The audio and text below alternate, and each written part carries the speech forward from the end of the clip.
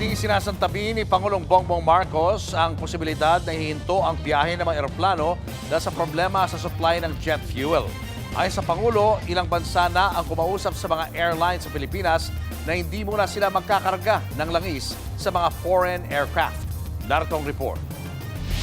May ilang airline na nagsuspindi ng kanilang mga biyahe. Sa anunsyo ng Cebu Pacific, ilang flights nila ang sinuspindi at binawasan muna ang biyahe. Epekto raw yan ng mahal na petrolyo sa gitna ng giyera sa Middle East.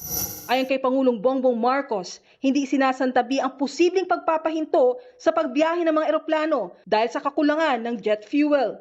Ilang bansa na raw ang kumausap sa mga airline sa Pilipinas na hindi kaya mag-refuel, kaya napipilitan ng ating mga airline na magdala ng sariling jet fuel pabalik ng Pilipinas.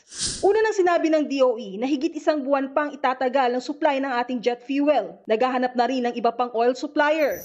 Ang Philippine Airlines naglabas ng pahayag na nakakuha sila ng sapat na supply ng jet fuel para sa kanilang mga naka-schedule na flights.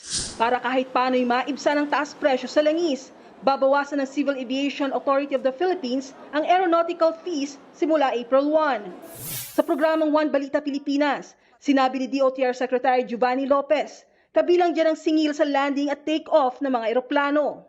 Makakatipid kahit papaano ang ating mga airlines companies ng more or less until mga 5,000 pesos po. Nagbaba na rin po tayo ng passenger service charge, yung sinasabi ng terminal fees, para upang sa ganon makikinabang po directly ang ating mga pasahero naman. Nagbabalita mula sa Frontline, Malu Echeverria, News 5. Mga kapatid, Julius Babaw po. Para sa komprehensibo at makabuluhang balitaan at talakayan, mag-follow at mag-subscribe na sa social media pages ng News 5.